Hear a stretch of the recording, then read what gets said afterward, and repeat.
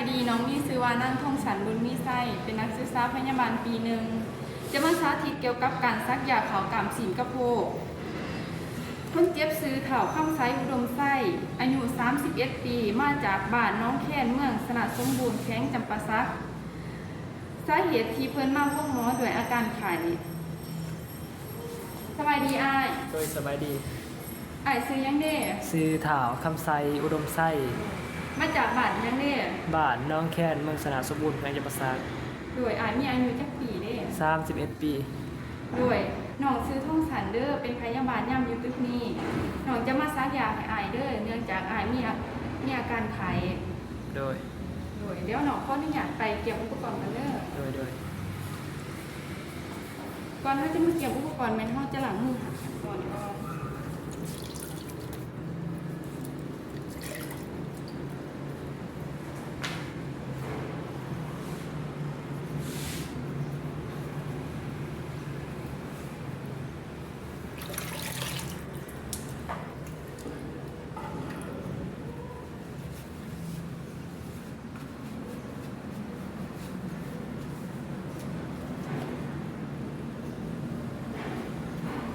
หลังจากนั้นเขาจะมาใส่ซุปมือ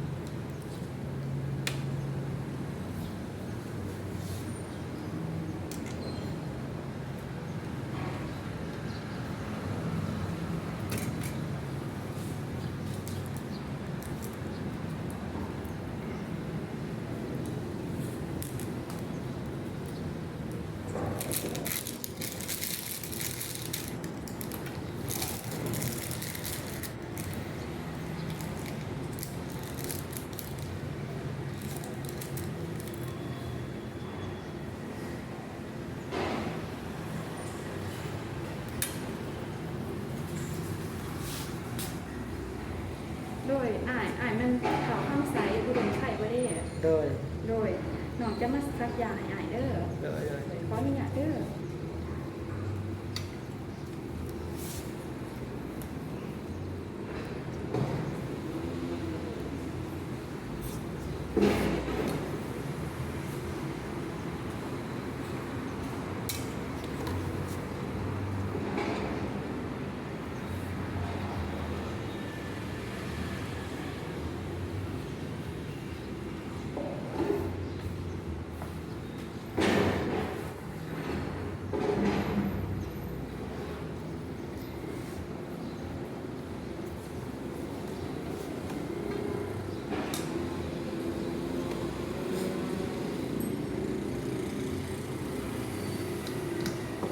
โดยได้แล้วอ้ายเขาควรจะมาจังคอยดูเด้อหลังจากที่เฮาซักยาให้เพิ่นเจ็บแล้วเฮาจะมาเมียนอุปกรณ์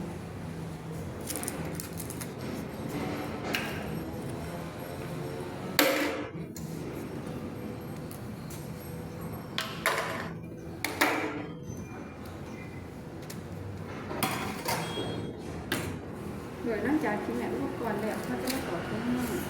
เดี๋ยวหลังเมื่อดูนะคะขั้นตอนคือเขา